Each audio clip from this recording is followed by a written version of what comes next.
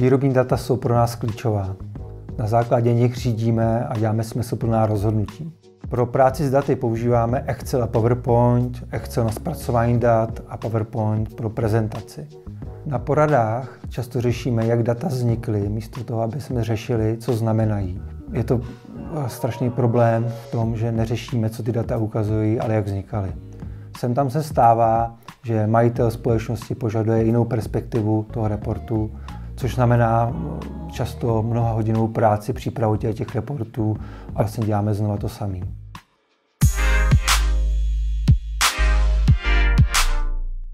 Takový způsob zpracování dat ve výrobních firmách je běžný. My víme, jak to zefektivnit. Pokud manažer má pro své rozhodnutí data včas a má data kvalitní, tím je schopen snížit materiálové a časové ztráty a celkově s tím výrobu zefektivnit. Já se jmenuji Leoš Pfannenstiel, jsem z firmy Foxon a už přes 20 let se věnuju sběru dat z výrobních systémů a jeho následnému reportingu. Poslední 3 roky se specializuji na business intelligence.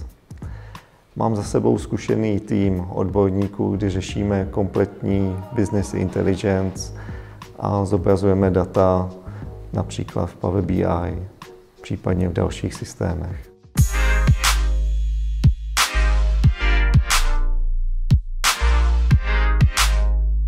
Jak vám můžeme pomoci ve vašich výrobních reportech? Co vám v nich schází? Jeden z hlavních cílů je sjednocení dat a jejich validace. Často řešíme zdroje dat, místo aby jsme se zabývali, co znamenají. Business Intelligence je vybudovaný na centrální databází, který se nazývá datový sklad.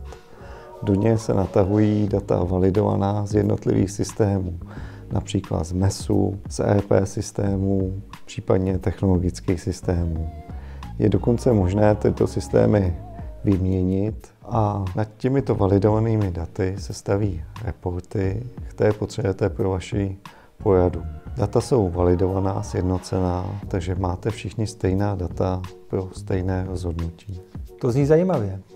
Další z problémů, který řešíme, je efektivní využívání času našich vedoucích, kteří dneska vytváří reporty a připravují jejich prezentace, místo aby se zabývali analýzou dat, optimalizací, řízením.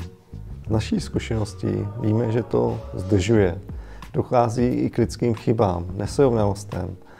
Nad centrální databází je vybudovaná tzv. Analytická koska, která popisuje vaši výrobu, váš biznis a přetváří vaše data v informace. Nad touto datovou koskou jsou vybudované vaše reporty, které máte k dispozici na vašich poradách. Reporty můžete mít k dispozici jak v Power BI, tak v Excelu. Reporty je možno mít přepřipravené tak, že vám budou chodit pravidelně, například po ukončení směny na e-mail. To bude šetřit váš čas a vaši lidé se budou moct věnovat více výrobě. Chápu to správně, že budu mít pouze reporty, kterými vytvoříte. To znamená, že budu závislý na vaší společnosti? Tomu tak není. Budete mít ty nejčastější reporty předpřipravené, ale budete si moci nad analytickou datovou koskou připravit svoje uživatelské reporty, svoje pohledy. Reporty si budete moct vytvořit v Excelu, jak jste zvyklí, případně v Power BI, kdy budete moct vytvořit i dynamické reporty, kdy se rozkliknete do detailu, například až na vyrobený kus.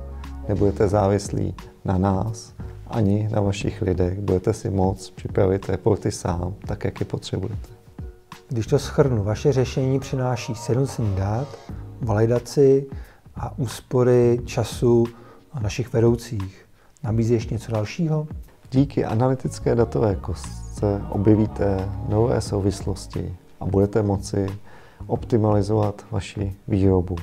Protože jsou data k dispozici téměř okamžitě, budete moci pružněji reagovat na vzniklé problémy ve výrobě, například prostoje, případně nekvalita.